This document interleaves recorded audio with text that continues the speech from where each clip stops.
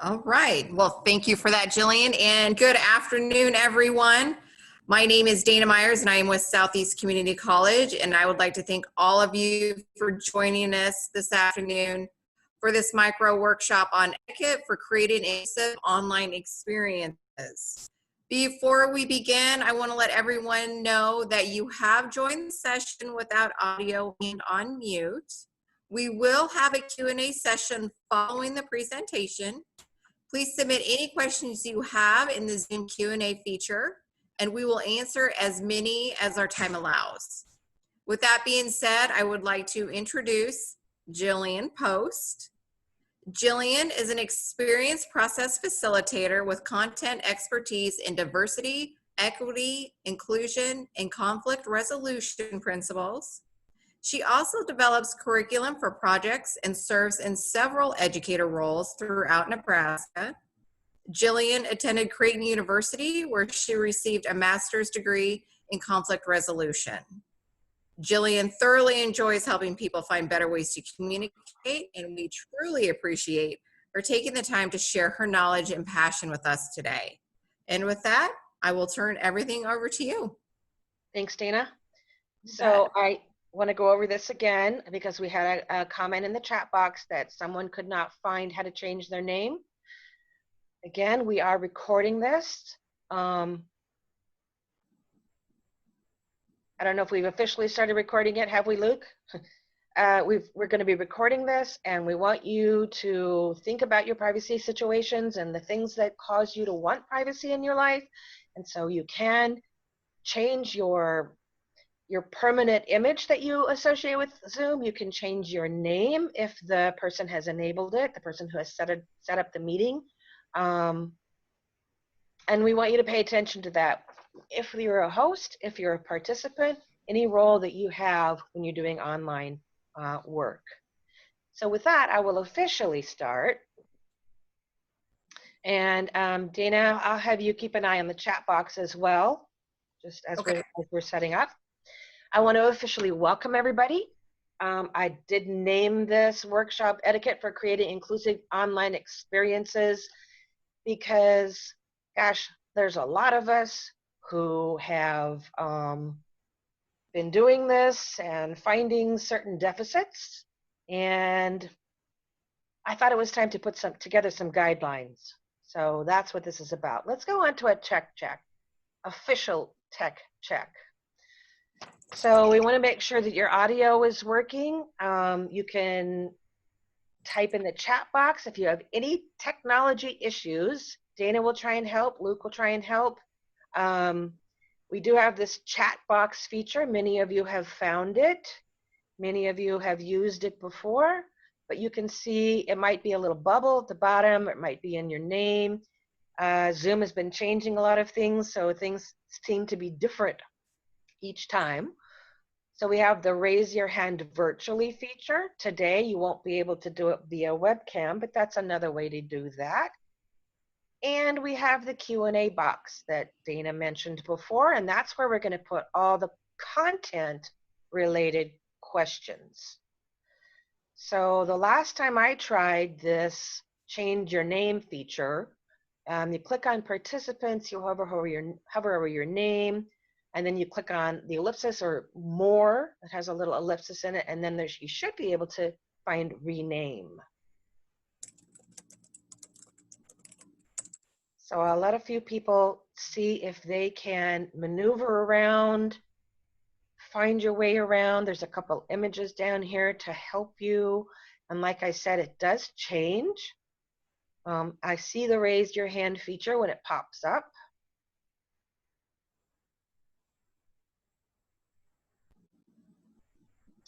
So when someone is saying participants is not an option on my Zoom screen in this meeting, we have another person who says my sound isn't working. So, maybe there isn't a participants button for you in the way that you have it set up. And I apologize for that. Okay.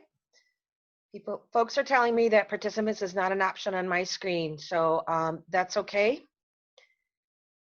We'll address that by saying that in the future, If you have a privacy issue and you know you're going to be in an online format somewhere, rename yourself to some sort of alias, and then just give yourself some sort of image besides your actual face if you want to protect your privacy.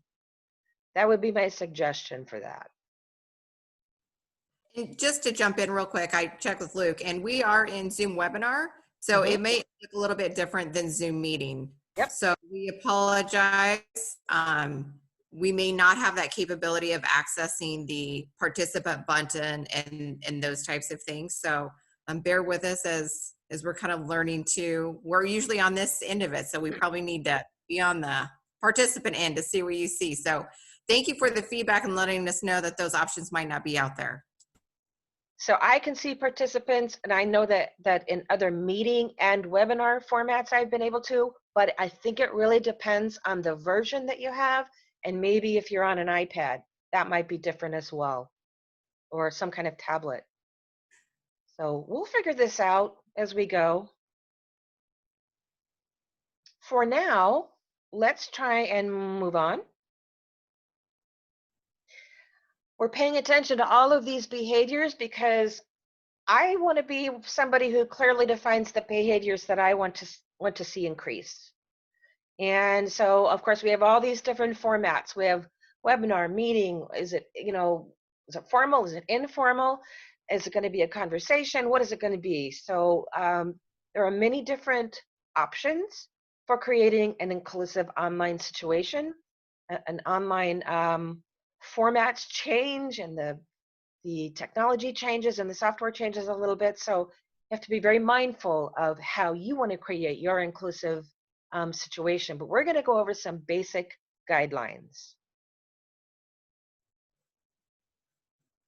We do have an outline, and you'll see that at the bottom it says an outline is not a shackle, it's just a tool. But these are the three main areas that we're going to cover today. We're going to cover some norms for inclusive facilitation and participation. We're going to cover active listening techniques and what I'm calling modes of interaction. So let's just mention that if we were in a close meeting where we saw voices and faces and we had lots of options, we might want to start with a check-in or a reflection, something that brings people into community. Something that helps participants start to do that little group building before they engage in whatever it is they want to do that day. But for today, we're not going to do that because we're in webinar format. So it's a little bit different. And it takes skill building to figure all this stuff out and to really think about what features you want to use to make it an inclusive experience. So let's just jump into some norms. Some of these things you've probably thought about 1,000 times, maybe some of them you haven't. But this is a place where I've gathered some of these things that I've been thinking about, some best practices, and I'm just going to share them today so that we can think about them together. So you want to be mindful of distractions in your room, lighting, background noises. If you've got multiple screens going on, or if you've got your phone, you might want to mute your phone, put your phone on mute. You might want to just take a second before you start and get your head in the right place. So, that puts yourself and others in a good space. I think it's important to start on time or arrive on time if you're a participant, and just kind of be ready to welcome people onto the platform and into your space. And then we talked about that get permission before you click record. There are lots of different ways to do that, and sometimes there'll be features enabled and sometimes they won't, but it's really important to at least tell folks, especially if you intend to publish something, that it is going to be recorded and that their name or their face in meeting format might pop up. And then something else we want to think about is just keep your mind open. think about the fact that you learn more when your brain is open and your mind is open and your heart is open. So there might be new things that you will learn if you keep open. You'll always want to do a tech check. You don't want to assume that people know everything. It's challenging when you get in and you're actually facilitating a meeting to keep your mind on all these things and to make sure that you've paid attention to the chat box and all those different places.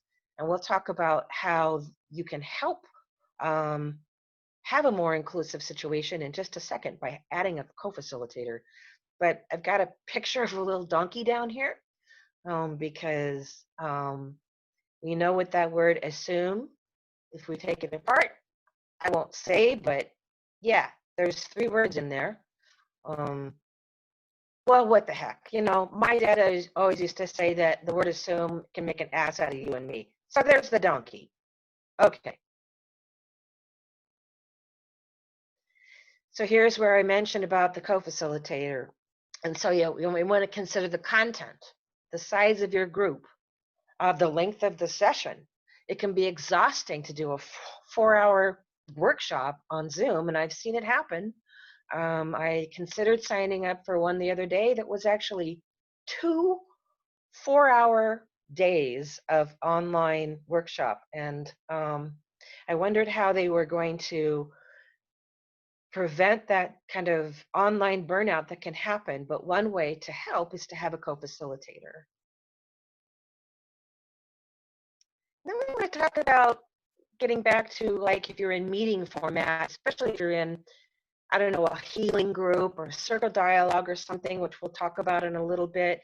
You want to talk about sharing your names, sharing first names and pronouns. So when is it a good place to share a pronoun? Well, I think it's always a good place to share your pronoun, even if it's not particularly important to you. If I share my pronoun, it respects other people's option to do so. It kind of carves out space for them to do so. And pronouns are very important to people as we recognize and pay attention to and value everyone's gender identity and the fluidity of gender identity. So I think pronouns are something that we're going to see a lot more of, and I would like to see them shared whenever is possible. Again, today we're in webinar format and we're not actually speaking to one another, so it doesn't apply today, but you could always put them in the chat box, and you can put it on your Zoom identity as well. We talked a little bit about a check-in or a reflection. So if you want to build cohesive community in your particular meeting or webinar or workshop, you might start with a check-in. Excuse me. How's everybody doing today? And when would you do that? You'd do it when you had 10 participants, maybe even 15, just depends. And why would you do it? You would do it to help people feel like, to bring in their mindfulness and to help them feel like they're really part of a group. So one place that I did this that was very helpful was, in a master's program, I had to create an online project. It was an online program, so the project had to be online as well. And I created an interfaith dialogue group, right? So we always checked in, and everybody would participate in a way where, like maybe somebody would bring a reflection one time and maybe just a reading, or maybe we would have a check-in, and it really did help to build the community, I think. And we always want to encourage self-expression in the room when it is that type of format.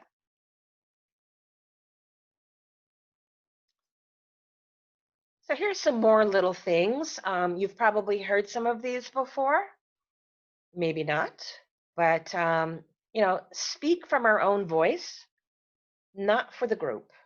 So if one of my social identities are those things like race, ethnicity, gender identity, sexual orientation. Those are our identities.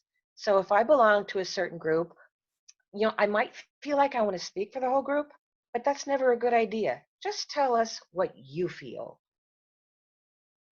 And we've all seen those times when folks haven't really learned how to raise their hand, or they haven't learned the feature of the raise the hand tool. And so there's a lot of speaking over. And speaking over in a virtual space can be really discombobulating. I mean, it can really it can decrease the quality of your online experience, I think, anyway. You want to think about who's talking a lot and who has not spoken at all. So you might want to draw participation so that every voice is heard. And you also want to really make it clear that they have the right to pass, because there are very shy people in the world, and when you put them on the spot, they don't want to talk, and that's okay too. That's all the way. Those are more ways that we can be inclusive, right? Giving people options, choice, space to be who they really are. Confidentiality. Yeah, it means sharing the story, but not the identity when you're telling that story. You can use fictitious names. You can just keep the names out. You can make the references very loose, but confidentiality, particularly when it's an online experience that might be published, it's really important that you pay attention to that. And then there's that remaining open to new ways of thinking again. So you just want to leave those question marks in your head for a bit. Think about things in new ways. You can even be inclusive when you're closing your session. So you might want to summarize the content. We know that for reasons beyond their control, people show up late, they have trouble with their technology, or there's just some reason why they missed something. And so it's a good idea to go back and summarize. And I will do that at the end. At the end, you can also take a round. You can do that circle experience again. If you have a small group and you have voices and faces, you can elicit some sort of one-word evaluation. And I did this in my group as well, just to see if you've moved the needle about understanding. So you would do that at the conclusion, and you might take a round and say, Charlie, how do you feel at the end of this compared to the beginning? What thoughts do you have? And you can't let them go on and on and on. So sometimes you just have to say, it's one word. We're looking for one word. And then we have that last point down there about what I call walking your participants to the door. So always try and be the last to log off. If you have guests in your home and you're trying to be cordial, you will walk them to the door and wave goodbye from the door. And sometimes that takes about 15 minutes, especially if it's family. But do that so that if anybody has any questions, or if they're having some emotional reaction to something, you want to stay there and help them work through it if you have time, if it's that type of situation. So our next large chunk of information here is about active listening. So active listening helps everybody feel heard. And feeling heard and being heard is what inclusivity is really all about.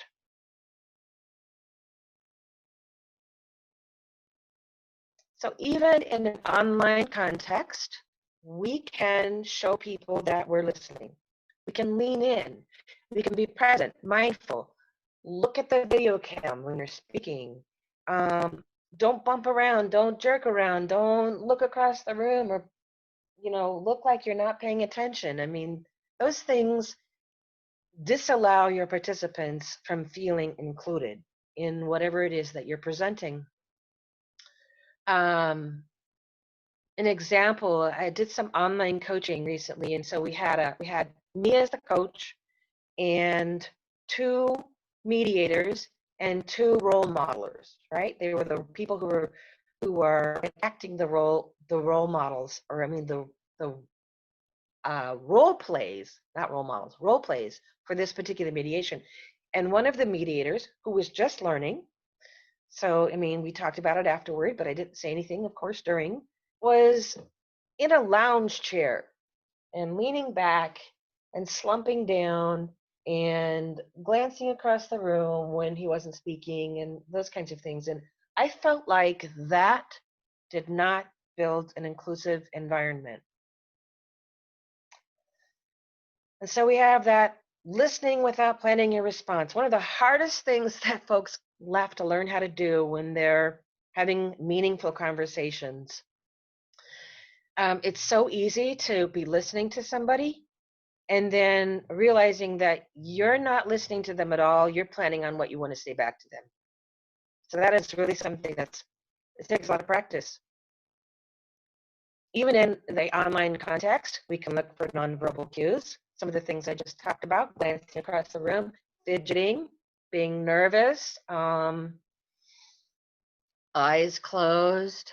That happens. So those things are things that we can look for to make sure that we're being heard. And I tell you what, when you're doing a webinar like this and I can't see you folks, it's disconcerting. I don't know what's happening. I can look at the chat box. I can, pay attention in other ways. And today, Dana is helping me do that. But there are ways to look for those nonverbal cues when you have images on your screen. And then there's this thing called reframing. So sometimes we can reframe something back to a participant. It can provide clarity. And when you reframe, you can take out some of those toxic words and tone if somebody has gotten their feathers ruffled, and just summarizing back or reframing it back to them can sort of smooth things out a little bit. And then the last point on this particular slide is just using open-ended questions. So yes/no questions get yes/no answers. So if you're in a situation, again, maybe you've got a healing group, or I was even thinking about maybe AA folks have been meeting online. So that's a really sensitive topic type of situation where if you're facilitating it, you want to stay away from yes/no questions because you will get yes/no answers. The dialogue won't continue. So now we have this modes of interaction piece, and I created this little word cloud here. It's got all the things I'm going to talk about, the different ways that we can interact, and then a couple of things that I've thought about from all the different kinds of webinars and meetings that I've facilitated through the years, and I'm going to share it with you today. And I've named it, so I'm going to share it with you.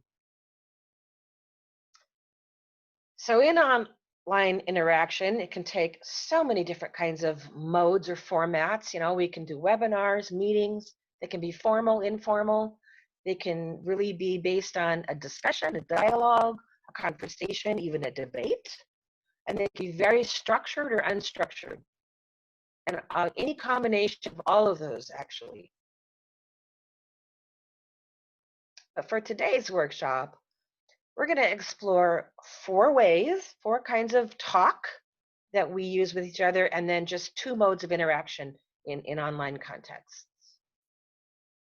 So for those times when we're in an online meeting with faces and voices present, we can actually influence the way that talk happens.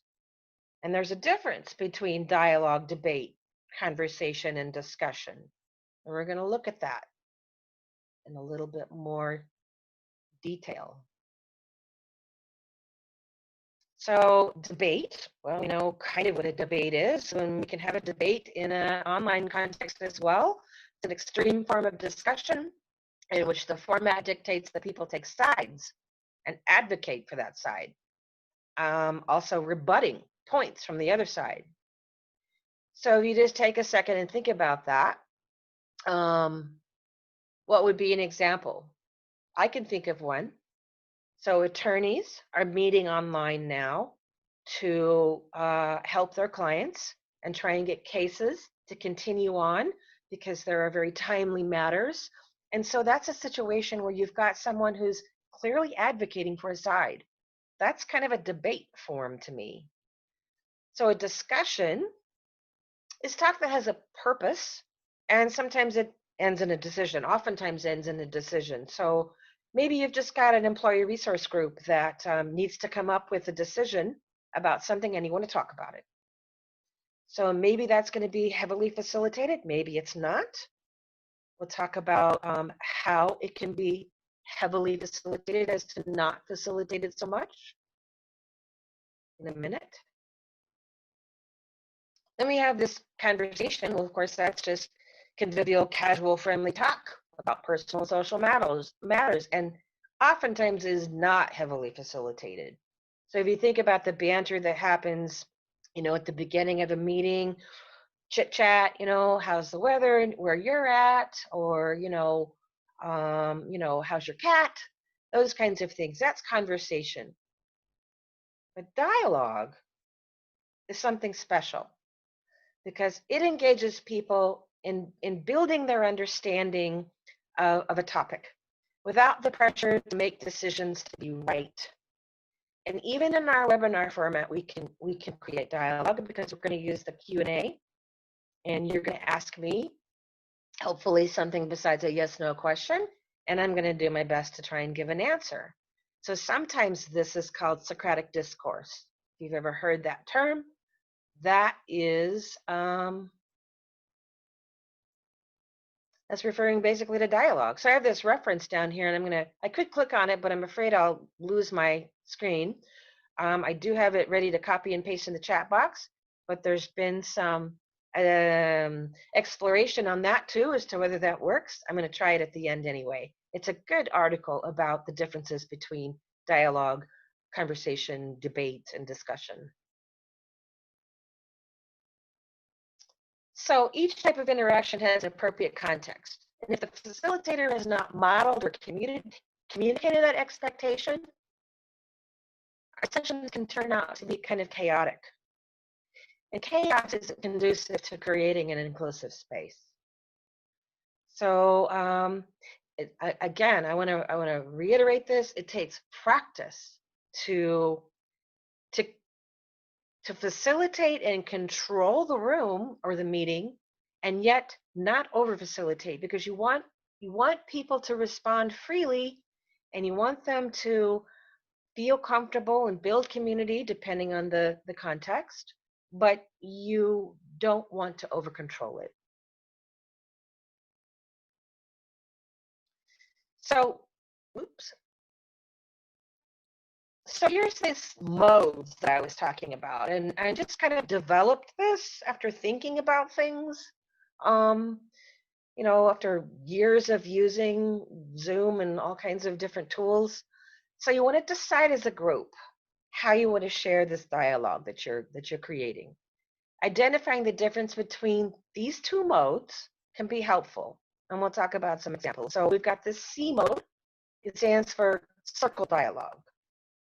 Sometimes people call it talking circles, and sometimes they use a talking stick. Sometimes I used a talking shell, and we would hold that shell up to the video cam and say, I am complete, when we were done. So the whole idea is to give each person in your room, and this is going to be used for small meetings where there's faces and voices, each person in that room gets uninterrupted time to speak, or they get that option to pass. Maybe it's just not the time they want to speak, they're thinking, so they'll pass. But the important point is, if they're sharing personal, emotional details about something, again, I'll use the example of an AA meeting. I bet those folks have been meeting online as well. And if they're sharing something personal or tragic, you want to give them uninterrupted time. Contrast that with what I call S mode, which stands for spontaneous dialogue. It really represents the kind of sessions when, participants want to create their own open, spontaneous back and forth between each other. Maybe they'll raise their hand. Maybe they won't even do that. But you want to make sure that you create space for every voice. And again, you might want to try and draw out those people who haven't spoken much. You want to hear everybody's voice and shoot for equity whenever possible. And recognize that some people are just too shy to speak in an online context. Maybe they're so nervous about all the different technology that they have not come up with something they want to say. So respect that as well.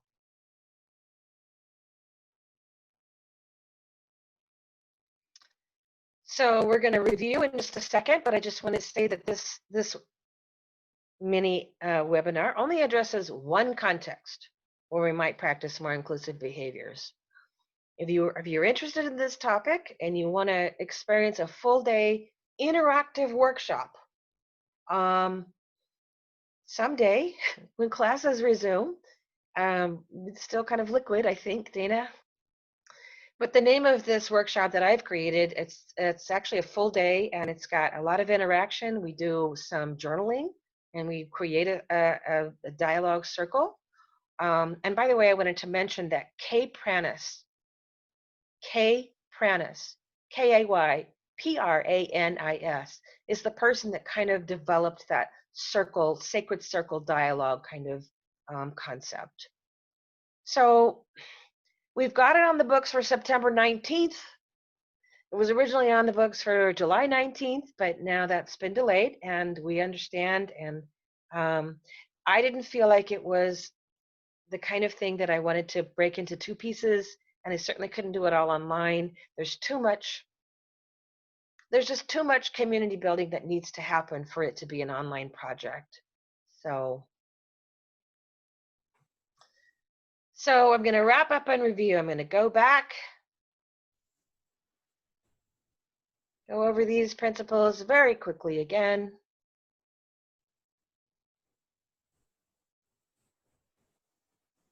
We've got setting norms, the idea of distraction, and getting your head in the right space, starting on time,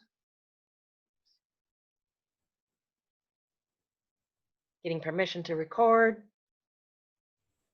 make sure you do a tech check, consider having a co-facilitator, trying to use first names when you're in a context where that can be used, and offering your own pronoun, which gives people permission or respects their choice to include their pronoun. Starting with a check-in or reflection of some kind, and when that's appropriate. And then these 4 little bits here, using our own voice, not speaking over, drawing out the quiet folks in your room, confidentiality, and remaining open to new ways of thoughts, summarizing, taking a closing round, walking your participants to the door, ways to show that you're actively listening by leaning in, really listening without planning a response, looking for nonverbal cues, reframing back to someone, and using open-ended questions. Those are all the different kinds of formats that we've encountered. And then we talked about debate and discussion, the differences and examples. And then good old conversation. And then that all-important term, dialogue, which oftentimes happens in one of 2 different ways, in this C mode or S mode. Again, the C mode is, I named it that because I call it circle dialogue, and that's a very common term, but I don't know if I've ever seen this C mode thing. That's just some little thing that I created to explain the difference between the 2 ways that we can engage in these online contexts. Again, when there are voices and faces present. There's the name of the workshop again, and your keyword is inclusive. It's listed there. You just can't register yet because we haven't decided for sure. And so now it's time for questions. And I don't want to forget to thank you all. I have an ending slide with my credentials and ways you can contact me, but it's time for questions. I'm going to look at the chat box here real quick too. I did see a couple in the chat box, Jillian. Okay. One we have from Terry. They were asking, because of today's experience, should we share if the software allows you as a participant to see or control being viewed or heard?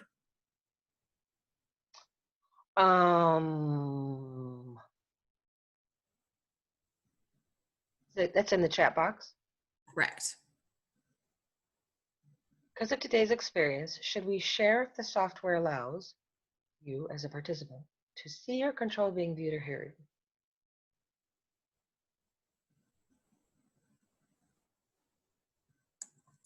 I'm wondering if they are referring to when you join as a participant, as a host, letting them know that they can hide their audio, or they can hide their video, they don't have to be seen, giving them that capability of not being seen and not logging in with their own name, like making sure that's okay as a participant, just even in a meeting, perhaps. So, you know, it goes back to, it really goes back to all the different variances that we have with different formats. So if your software allows you to make those changes and explain them to your participants, absolutely you should do that. And I tried to do it at the beginning, and it seemed like we had some different experiences as to whether or not the participant was viewable. So again, things keep changing. The ways the room keeps changing a little bit, and even you know, there's going to be a new version of Zoom coming out, and we're all supposed to update to that. So there could be changes again.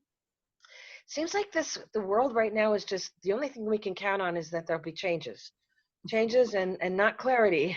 So, but absolutely, to sum up your question, my answer, I should say, to your question is, if you have any control that you can exhibit in the room to help people feel heard and feel included and feel and to exercise their privacy, you should share those features and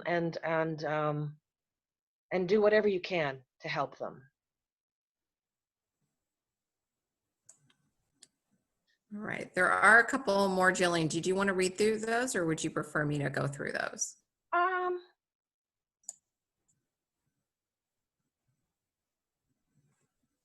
I can read them. Yeah. So when it comes to recording Zoom meetings, it's simply best practices to tell people you are recording.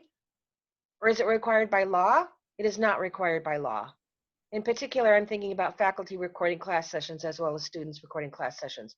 I don't think there's any law stipulated about that. Can you correct me, either one of you? I don't think there is. Of course, when you're using testimony in a courtroom, you have to have permission to record someone. You can't use testimony. You can't, that's insubmissible. But in terms of like a law that requires us to tell someone that we're recording, I don't think that exists. I could be wrong.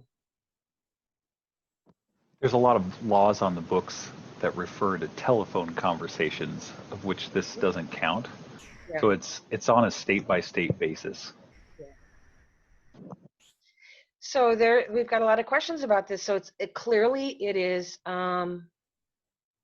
it's important, and I recognize that. That's why I wanted to spend some time on it. And unfortunately, you know, the feature didn't work quite like I thought it was going to. But the next question is, what is required for getting permission from participants for recording a session? Is it enough to inform them and give them time to leave if they are not okay with that? I would say yes.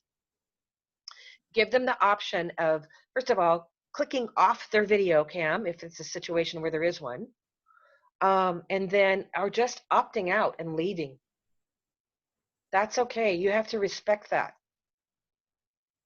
We usually ask that people use their names so we can eject, block joke names and offensive names.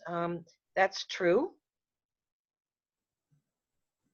You know, before this pandemic hit and so many people were in Zoom, using Zoom, we'd never even heard the term Zoom bombing. I've been on Zoom a lot. I'd never had it happen. But now we've got people sharing their links and their URLs and their passwords and not completely understanding the nature of the privacy in the room. And so there has to be a balance achieved with protecting someone's privacy when a recording is going to take place and could be published, and then also protecting yourself from that Zoom bombing thing or somebody putting some silly thing on. Yeah, it's really tricky. I know how to deal with heated discussions in a face-to-face meeting, but what is the best way to handle and diffuse the situation in a Zoom discussion? Good question. So let me talk about this from a mediator standpoint. So when we mediate online, we create breakout rooms or waiting rooms. And if you're in a situation, maybe it's a meeting, maybe it's a mediation, maybe it's just a family discussion, and somebody's getting heated and really being disruptive, there are tools to put them back into the waiting room. And there are even tools on your Zoom application, and I assume other online software have similar features. There are ways to boot someone out of your room. Pretty extreme measure, right? But there is a way to boot someone out of your room and then not let them back in. You can lock the meeting as well. So, but I think you're talking about just diffusing a normal, a heated conversation that could turn out to be productive if you can just help them. So that's a conflict resolution technique more than a diversity, equity, and inclusion technique. But I would urge you to read any materials that you can find about reframing, about summarizing for someone to make sure you're clear about what they said. I'm not going to get too much into that because, like I said, that is more about conflict resolution techniques, and we're really focusing today on how to create a space that's at least addresses some inclusivity issues. Do we have questions in the Q&A box, Dana? I do not see any, no. Okay. So if you think of anything else that you would like to put in the Q&A box, looks like a chat popping up here.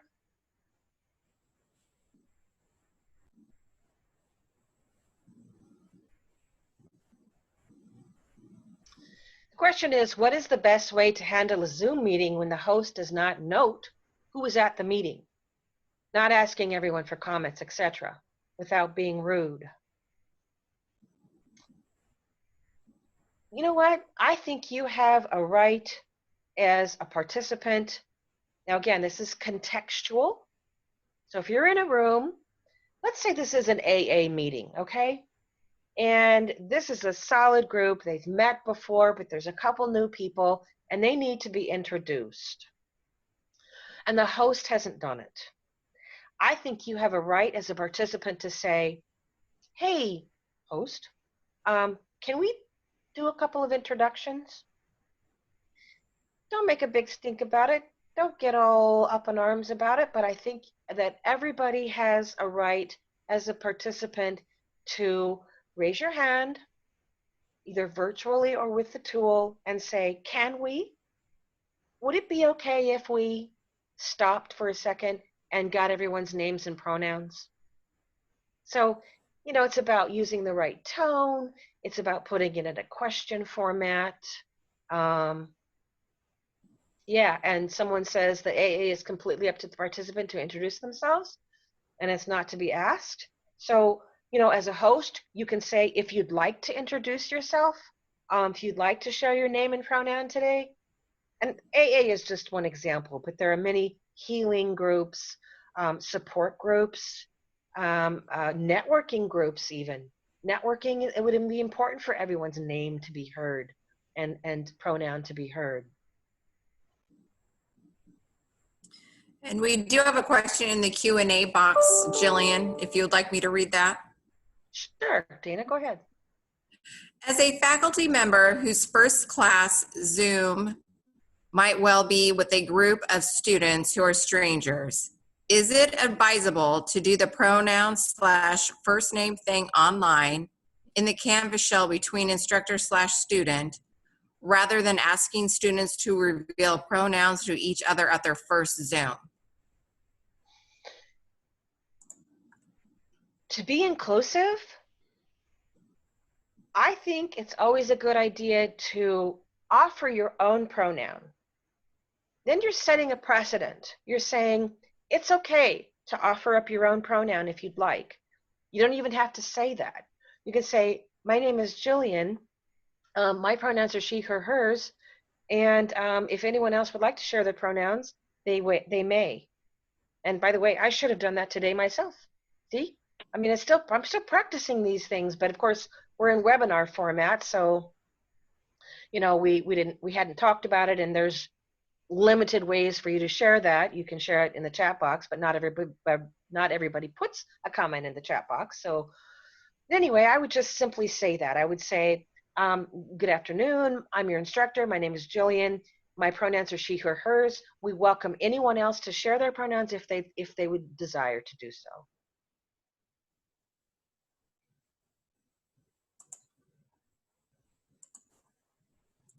Any other questions? Yeah, we have a few minutes if there's any other questions.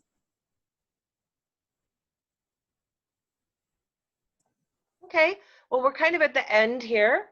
So I just want to thank you for this. I do believe that we're going to make the slides available, right, Dana? Yes, we can. If you would like the slides, you guys can email me. I will put my email here. You're putting it in the chat box? Yep. Yes, if you'd like a copy of today's presentation, please email me and I can send that to you. It might be a couple of days. Luke will work his magic on it and get it edited a bit, and we can get that to you. Oops, that is not what I thought I was going to do. So I actually just pasted the Zoom URL for today, but I have this reference that I was going to put in there. Darn it. I don't want to get out of full screen mode here. So I will send the reference URL to Dana, and she can include it with the other resources. She can include it with the slides, although it is embedded in the slides at the end of the, I think it's at the end of the different kinds of debate and dialogue and those slides, there is a clickable link in there that has the reference. So disregard what I just put in there. Hey, you know, cut and paste works. And we did have another pop-up in the chat from Terry. Okay. So as to the planned publication of a webinar, I thought that we would need some form of consent. To my knowledge, if I am recorded for commercial, I must sign a release form. That's a really good point, Terry, and I think that deserves some discussion amongst the thousands and thousands of folks who have presented things where it's been recorded. We could actually include some kind of consent form. There would be some logistical challenges as to how it would get back and forth and still protect your privacy, et cetera, et cetera. I mean, going back to the interfaith dialogue program that I had, it was required of me to include a consent form, but I emailed it to them in advance. So if you have emails for your participants, then you would be able to do that. But if you don't, there wouldn't be any really any way to protect their privacy and not get their email and still get their consent. So you see how there's tricky balancing acts that we have to consider. And that would be a really good point to discuss at some point. Yes, and What, Terry did mention what are we we going could to do? the registration, which is something we could include in the information, Mhm. that this would be recorded and made available to the public or to, registered attendees.